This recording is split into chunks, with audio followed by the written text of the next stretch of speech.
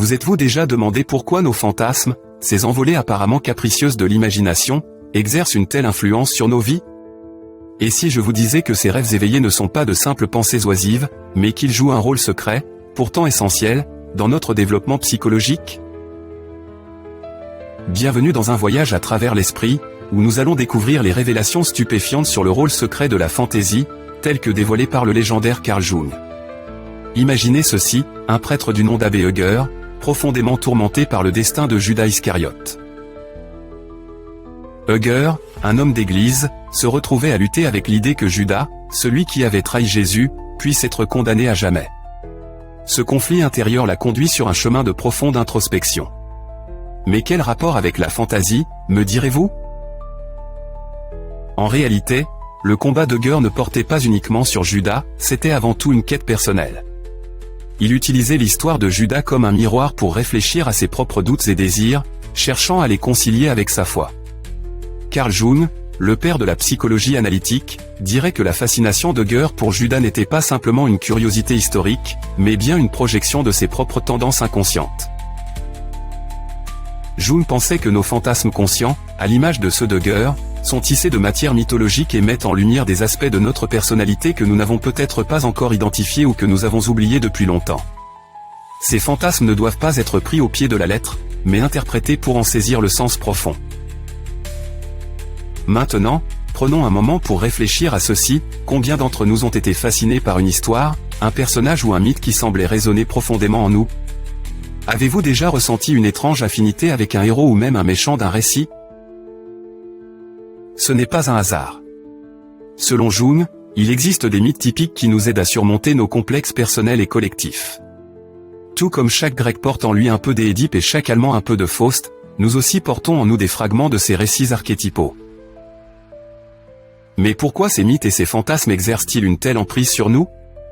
La réponse se trouve dans l'inconscient collectif, un concept que Jung a introduit pour expliquer les aspects partagés et universels de la psyché humaine.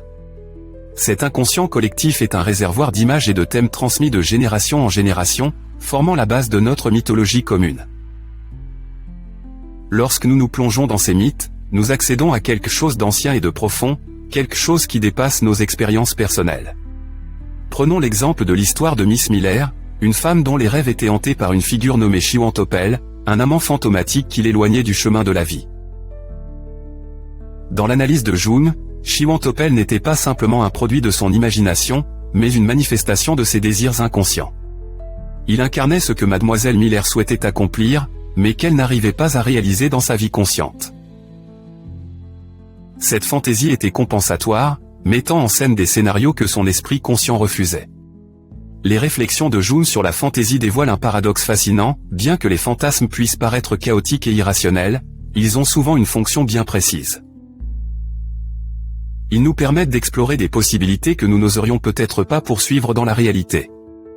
Ils donnent voix à nos pensées et désirs secrets, agissant comme un pont entre notre esprit conscient et inconscient. Mais il y a un hic, et si nous nous laissons trop emporter par ces fantasmes, nous risquons de perdre pied avec la réalité, un peu comme Thésée et Pirithou, qui se sont aventurés dans le royaume des mers et n'ont jamais pu revenir. Alors, comment trouver cet équilibre subtil entre rêve et réalité? Jung propose que nous apprenions à interpréter ces fantasmes, à les utiliser comme un outil de découverte de soi plutôt qu'un moyen d'évasion. Pourtant, notre culture a souvent tendance à écarter les productions de la psyché, les jugeant futiles ou suspectes, et ne valorise que ce qui offre un bénéfice matériel immédiat. Cependant, si nous négligeons ces contenus inconscients, nous passons à côté d'une mine d'informations sur notre propre nature. Le héros de nos fantasmes, qu'il s'agisse de Chiwantopel ou d'une autre figure, sert de substitut à notre moi conscient. Il incarne les actions et les décisions que nous aimerions prendre, mais que nous n'osons pas. Ainsi, nos fantasmes deviennent une scène où se joue le drame de nos conflits intérieurs. Ils sont le reflet des luttes et des aspirations dont nous n'avons peut-être même pas conscience. L'exploration de la fantaisie par Jung nous pousse à reconsidérer le rôle que ces constructions mentales jouent dans nos vies. Ce ne sont pas de simples distractions, mais des éléments essentiels de notre paysage psychologique. En les explorant, nous pouvons mieux comprendre qui nous sommes et les forces qui influencent notre comportement. En explorant plus en profondeur l'analyse de Jung, nous découvrons le concept de l'archétype, une image primordiale qui exerce une influence puissante sur nos pensées et nos actions. Ces archétypes, comme le héros, la mère et l'ombre, sont des schémas universels qui émergent dans nos fantasmes et nos rêves. Ils nous guident, parfois à notre insu, façonnant nos destins et modelant nos identités. Pour Mademoiselle Miller, ces fantasmes n'étaient pas simplement une excentricité personnelle, mais le reflet d'un drame archétypal plus vaste. Chiwantopel, l'amant fantomatique, était un fiancé de la mort, un fils amant de la déesse mère, condamné à une fin prématurée. Ce récit archétypal résonne avec les thèmes mythologiques qui fascinent l'humanité depuis des millénaires. Cela nous rappelle les luttes éternelles entre l'indépendance et la dépendance, la vie et la mort, la réalité et le fantasme. Le travail de Jung nous invite à accueillir les mythes et les rêves qui émergent de notre inconscient. Ils ne doivent pas être redoutés ni ignorés, mais plutôt compris et intégrés dans notre vie consciente. En procédant ainsi, nous pouvons atteindre un sentiment plus profond de plénitude et d'harmonie, en comblant le fossé entre l'ancien et le moderne, entre le personnel et le collectif. Alors, la prochaine fois que vous vous perdez dans un rêve éveillé ou que vous êtes captivé par une histoire qui semble parler directement à votre âme, souvenez-vous que vous n'êtes pas seul. Vous plongez dans une riche tapisserie d'expériences humaines, tissée par les fils de générations innombrables. Ces fantasmes détiennent la clé pour percer les mystères de la psyché, dévoilant les profondeurs cachées de notre monde intérieur. En fin de compte, les réflexions de Jung sur le fantasme nous rappellent que nos esprits ne sont pas des îles isolées, mais font partie d'une vaste mer de conscience interconnectée. En explorant les rêves qui émergent de cet océan, nous pouvons découvrir de nouveaux horizons et tracer un chemin vers une compréhension plus profonde de nous-mêmes et du monde qui nous entoure. Alors, osez rêver, et laissez vos fantasmes vous guider dans un voyage de découverte de soi et de transformation. Alors que nous poursuivons notre voyage à travers les corridors labyrinthiques de l'esprit, éclairés par les précieuses intuitions de Jung, nous commençons à comprendre que les fantasmes que nous créons ne sont pas de simples caprices, mais les échos d'une vérité plus profonde. Chaque fantasme, chaque figure archétypale qui émerge de notre inconscient, est comme un éclat de miroir brisé reflétant la nature complexe et multiple de notre psyché. Imaginez, par exemple, l'histoire d'une jeune femme prénommée Elara, fascinée par le mythe d'Icare. Son audacieux envol vers le soleil, malgré la chute inévitable, résonnait en elle d'une manière qu'elle ne pouvait d'abord pas comprendre. Pour elle, Icare n'était pas simplement une mise en garde contre l'orgueil, mais l'incarnation de son propre désir de transcendance ou une envie irrésistible de s'affranchir des limites de sa vie ordinaire et de s'envoler vers des horizons infinis.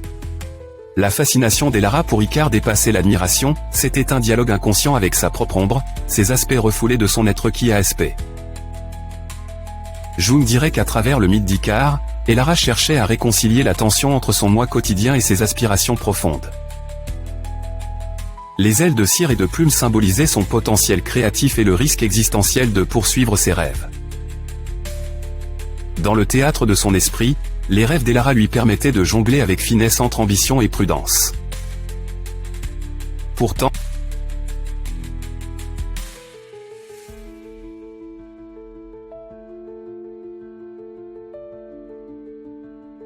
l'histoire d'Icare a toujours été à la fois une source d'inspiration et un avertissement, rappelant les sommets que l'on peut atteindre, mais aussi la chute périlleuse qui guette ceux qui ignorent les limites de leur condition humaine.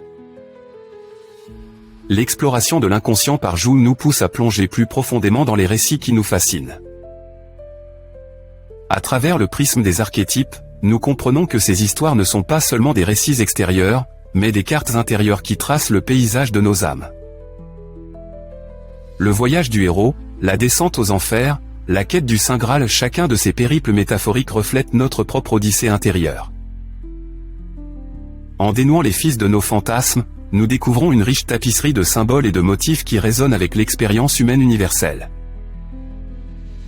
Le dragon terrassé par le héros n'est pas simplement un monstre vaincu, mais symbolise les démons intérieurs que nous devons affronter pour atteindre notre épanouissement personnel. Le vieux sage qui offre ses conseils est une manifestation de la sagesse intérieure que nous possédons tous, mais que nous négligeons souvent. En embrassant ces voyages archétypaux, nous devenons les protagonistes de nos propres histoires, naviguant à travers les épreuves et les tribulations que la vie nous réserve. Le travail de Jung nous apprend qu'en nous plongeant dans ces fantasmes, nous ne fuyons pas la réalité, mais nous l'explorons plutôt de manière plus profonde. Nous sommes invités à participer à la grande histoire de l'existence, à jouer notre rôle dans le drame cosmique qui se déroule en nous et autour de nous. Ainsi, lorsque nous nous sentons attirés par certains mythes ou captivés par des fantasmes particuliers, nous devons prendre un moment pour réfléchir à ce qu'ils révèlent de notre monde intérieur. Sommes-nous, comme Elara, en quête de liberté et de transcendance? Ou bien, sommes-nous, peut-être, comme Hugger, aux prises avec les dilemmes moraux qui mettent à l'épreuve notre identité et notre raison d'être? Les histoires que nous nous racontons, les fantasmes dans lesquels nous nous plongeons, ne sont pas de simples distractions, mais de profondes explorations de notre être. Ils nous invitent à affronter l'inconnu, à embrasser le mystère de notre existence et à chercher la sagesse cachée dans les recoins obscurs de notre esprit. Dans cette perspective, les réflexions de Jung sur le fantasme se transforment en un appel à l'action, un rappel que nous sommes à la fois les rêveurs et les rêvés, les créateurs et les créés. En explorant nos fantasmes, nous entamons un voyage vers la découverte de soi, un voyage qui nous mène au cœur de notre être et de ce que nous pourrions devenir. Alors osons rêver avec audace, car dans nos rêves se trouvent les germes de la transformation et la promesse d'une vie pleinement vécue.